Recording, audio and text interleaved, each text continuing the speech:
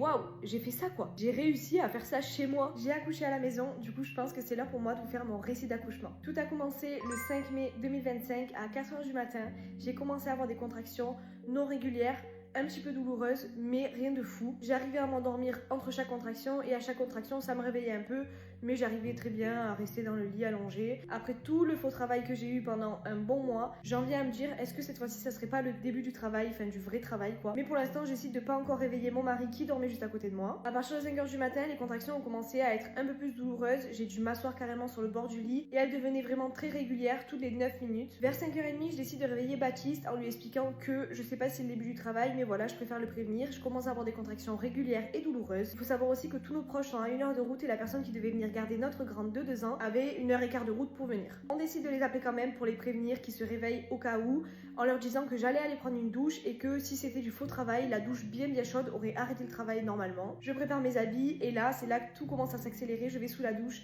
les contractions sont passées toutes les 5 minutes et d'un coup toutes les 2 minutes, vraiment c'était abusé. Baptiste notait chaque contraction sur son téléphone et là je sors de la douche, vraiment c'était toutes les 2 minutes. Ça commençait à être de plus en plus douloureux. Du coup quand j'étais sous la douche et qu'on a vu que ça commençait à être douloureux et très régulier et très rapproché, il a rappelé ses parents en leur disant c'est bon, c'est pas du faux travail, venez. Nous on a continué à préparer les affaires. J'avais fait une petite liste pense-bête de tout ce qu'il fallait penser à prendre au dernier moment, genre chargeur, mon trépied, etc. En préparant les affaires, donc on était au salon, de temps en temps je posais mon téléphone pour filmer un petit peu, garder des petits souvenirs de quand j'avais des contractions. Et en fait pendant qu'on préparait les affaires, vraiment ça commençait à être vraiment de plus en plus douloureux. J'arrivais encore à les gérer en bougeant un peu mon bassin, en faisant un peu en balançant comme ça, avec la respiration surtout, la respiration. Il se passe des contractions, je faisais que lui dire ils sont où tes parents, parce qu'il avait pris la localisation de sa mère justement pour les voir avancer quoi, et je faisais que lui dire ils sont où, ils sont où, ils sont où, tous les 2 minutes parce que en fait j'avais de plus en plus mal et je voulais aller à la maternité. Et je crois qu'il devait être à une demi-heure d'arrivée, je me suis mis à 4 pattes et j'ai crié, j'ai dit à Baptiste je sens qu'elle arrive, je sens que ça pousse, elle va arriver ici. Baptiste ne me prend pas vraiment au sérieux, enfin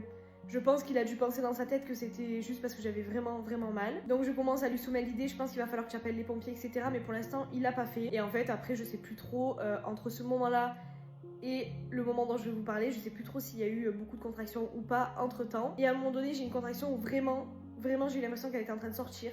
Donc une fois que la contraction était passée, je lui ai dit stop, là tu appelles les pompiers, la voisine et ma sage-femme libérale. Donc c'est ma sage-femme que j'avais prévu qui devait venir à la maison pour ma sortie anticipée, qui devait faire mon suivi à la maison après. Donc il a commencé par appeler la voisine qui était la plus proche de nous du coup. Elle lui disait est-ce que tu peux venir, etc. Elle a dit oui j'arrive. Une fois qu'il raccroche, il appelle la sage-femme et les pompiers en même temps sur nos 2 téléphones différents. La sage-femme lui dit de venir, la sage-femme lui dit j'arrive aussi. Donc la sage-femme, faut savoir qu'elle était à 13 minutes, 15 minutes. Une fois qu'il a raccroché avec la sage-femme, faut savoir qu'à la maison, là pour l'instant, il y avait toujours personne. Il y avait uniquement notre grande de 2 ans qui dormait. Ça, c'était aux alentours des 7h, 7h15, je pense, quand il a appelé. Du coup, il était en même temps en appel. Une fois qu'il a raccroché avec la sage-femme, les pompiers ont pris le relais et ils lui ont dit est-ce que vous sentez la tête et tout. Donc, moi, faut savoir que j'étais accroupie. J'étais pendue derrière au dossier de mon canapé.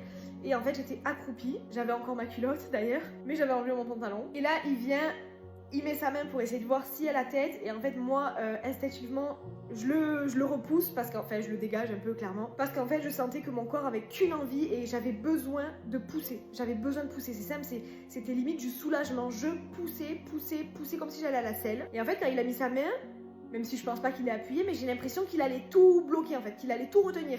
Et du coup, je lui ai enlevé la main. Là, tout ce que je vous raconte, il y avait toujours personne qui était arrivé. Et en fait, les pompiers, ils lui disent est-ce qu'il y a quelque chose par terre? Mettez quelque chose par terre pour retenir au cas où si elle sort. Du coup, il va prendre 2-3 plaids histoire de faire une épaisseur. Il les met en dessous. Et là, d'un coup, les pompiers, je sais plus trop ce qui s'est passé parce que moi, clairement, j'étais un peu dans un autre monde. C'est un peu lui qui m'a raconté aussi. Les pompiers, apparemment, à un moment donné, lui redemandent est-ce qu'il y a la tête? Et en fait, clairement, c'est le moment où j'ai hurlé. Quand j'ai hurlé, les pompiers étaient encore au téléphone avec lui.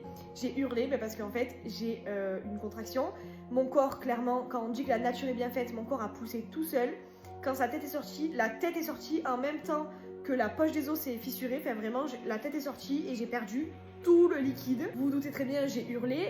Qui dit la tête dit cercle de feu, dit j'avais pas de péri, j'avais rien. Bon, ok, j'étais dans une position très physio, j'étais accroupie. La tête est sortie, j'ai hurlé vraiment de douleur, j'ai hurlé. J'ai fait une petite pause parce qu'après, une fois que la tête est sortie, en fait, c'était au niveau du cou, clairement. Il y avait la tête dehors et le reste dedans. J'ai soufflé, j'ai eu une contraction genre 10 secondes après je crois. Et là j'ai réhurlé, j'ai repoussé et clairement toboggan, les épaules sont sorties toboggan et Baptiste était, heureusement qu'il était là, Baptiste était derrière derrière moi j'étais accroupie, Baptiste était derrière et clairement il a réceptionné du coup derrière, il a prise, il a, je sais pas, je crois qu'elle est allée sur le, je sais pas s'il l'a gardé dans ses mains ou s'il l'a posé sur le plaid, mais du coup directement je me suis retournée, je l'ai récupéré, je l'ai de suite mis en pot à pot, elle a de suite limite tété, enfin je vous jure truc de fou.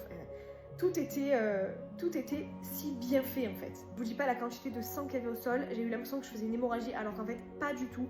Donc pile quand elle est sortie, la voisine est arrivée, en fait la voisine est passée devant chez moi quand j'étais en train de hurler qu'elle était en train de sortir. Vraiment elle venait de sortir et je crois que quand je me suis tournée pour la prendre en pot à pot, la voisine était là. Vraiment la voisine elle est arrivée genre 2 secondes après qu'elle soit sortie, suivi de 10 minutes après ma sage-femme qui est arrivée. Et en fait moi j'allais très bien, j'étais assise par terre. Comme je vous parle là, j'étais pareil. J'étais assise par terre comme ça avec la petite là.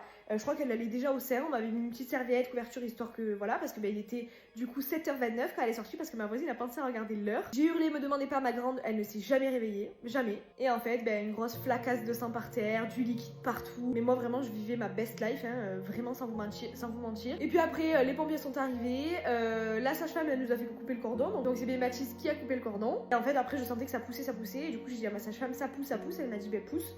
J'ai poussé, le placenta est sorti, normal, il était très intact, très bien. Du coup quand même j'étais là en mode t'es sûre je fais pas une hémorragie parce qu'il y avait vraiment beaucoup de sang par terre. Et au final elle m'a dit non parce que pas toutes les femmes ont l'habitude de voir tout le sang qui sort quand on accouche. Elle m'a dit mais pas du tout, là tout est normal. Elle faisait que m'appuyer sur le ventre, elle m'a dit il y a pas d'hémorragie. Elle a dit des termes un peu médicaux quand les pompiers sont arrivés et tout pour dire qu'il y avait tant de sang qui était sorti environ mais qu'il y avait rien d'inquiétant. Du coup après on allait devoir aller à la maternité quand même, les pompiers allaient nous mener à la maternité. Du coup ma sage-femme m'a mis ma grosse couche quoi. Et clairement après elle m'a remis la couche, elle m'a nettoyé un petit peu les jambes et tout parce que forcément j'étais dans le liquide par terre. Et en fait je me suis levée clairement, tout normal, genre normal, comme si j'avais rien fait quoi. Je me suis mise debout, je suis allée m'asseoir sur une chaise de ma table. Là les pompiers m'ont posé des questions, m'ont examiné. Et après je me suis mis sur la petite chaise roulante là des pompiers. Ils m'ont amené dans le camion de pompiers. Baptiste a pris la voiture pour nous suivre parce qu'il fallait bien qu'on ait une voiture après à la maternité. Après je me suis mis sur un brancard dans leur camion. Bébé était au sein tout le long du camion, toute la route pour aller à la maternité. Mais c'était tellement rapide, tellement magique, tellement intense. Là j'ai réussi à vous le raconter sans trop d'émotion, mais je vous jure des fois ça me fait chialer parce qu'en fait je me dis waouh, quand on dit que le corps sait faire, quand on dit que la nature est bien faite, je vous jure, c'est tellement vrai. Du coup, écoutez, Miss Tinguette était chez elle, elle avait envie d'arriver chez elle, toute seule, sans personne. C'est clairement Baptiste qui l'a récupérée. Notre grande est restée au dodo sans problème. Elle s'est pas du tout réveillée et tout parce qu'on avait la caméra, elle s'est pas du tout réveillée ni rien. Oui, juste après, avant de partir au camion des pompiers, quand j'étais encore assise là, elle s'était réveillée. Du coup, il y avait quand même beaucoup de monde à la maison, elle était réveillée, il fallait la lever quoi. Et il y avait quand même beaucoup de monde à la maison parce qu'il y a aussi la sage-femme de la maternité qui est venue. Donc en fait, il y avait clairement ma voisine, 2 sages-femmes, la libérale et celle de la maternité.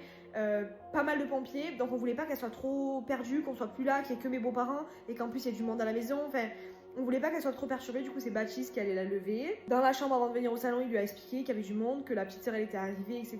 Elle a été très très surprise de sortir et de voir tout ce monde-là. Et elle a vu sa petite sœur, elle lui a fait un petit bisou, elle m'a fait un bisou. On lui a expliqué qu'on allait partir à l'hôpital, mais qu'on allait revenir, qu'elle allait rester avec ses grands-parents. Et du coup, moi, le temps que j'aille dans le camion de pompiers, que je m'installe, qu'il m'attache, etc., Baptiste a vite ramassé un peu tout ce qu'il y avait par terre parce qu'il avait pas envie qu'elle voie tout ce sang et tous ces trucs là. Donc il a tout mis dans des sacs poubelles pour qu'on puisse laver après. Mais au final, tout s'est très bien passé, que ce soit au niveau de mon accouchement, au niveau de la prise en charge, au niveau de Baptiste, au niveau de notre plus grande. Enfin vraiment, tout s'est déroulé à merveille. C'était le plus bel accouchement que j'aurais pu rêver en fait, vraiment. Madame s'est fait désirer, madame est arrivée un jour avant le terme, mais franchement j'aurais pu attendre encore 6 mois si j'avais su que c'était une arrivée comme ça qu'elle nous ferait quoi. Je pense que c'était vraiment la plus belle expérience de ma vie, même si l'accouchement de ma première a été incroyable et que j'aurais pu revivre le même accouchement 100 fois. C'est clairement la plus belle expérience de ma vie, j'aurais jamais pensé vivre ça un jour dans ma vie et en fait tout est allé tellement vite que je me dis mais waouh,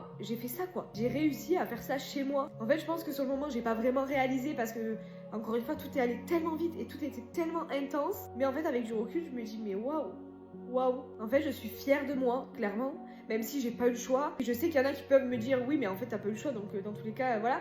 Mais en fait, peu importe que j'ai eu le choix ou pas, je me dis waouh, j'ai fait ça. Moi, j'ai accouché chez moi, toute seule, avec mon mari. C'est lui qui l'a réceptionné. Tout s'est très bien passé. Et clairement, en fait, c'est vraiment une fierté et je suis fière de moi et fière de mon mari aussi parce que il a géré ça tellement comme un chef en fait. Je vous jure, il a tellement géré ça sans stress. Il était peut-être pas en détente, mais en fait il a trop bien géré tout ça et Et heureusement qu'il était là quoi, heureusement. Bref, voilà tout ça, voilà comment s'est passé mon accouchement.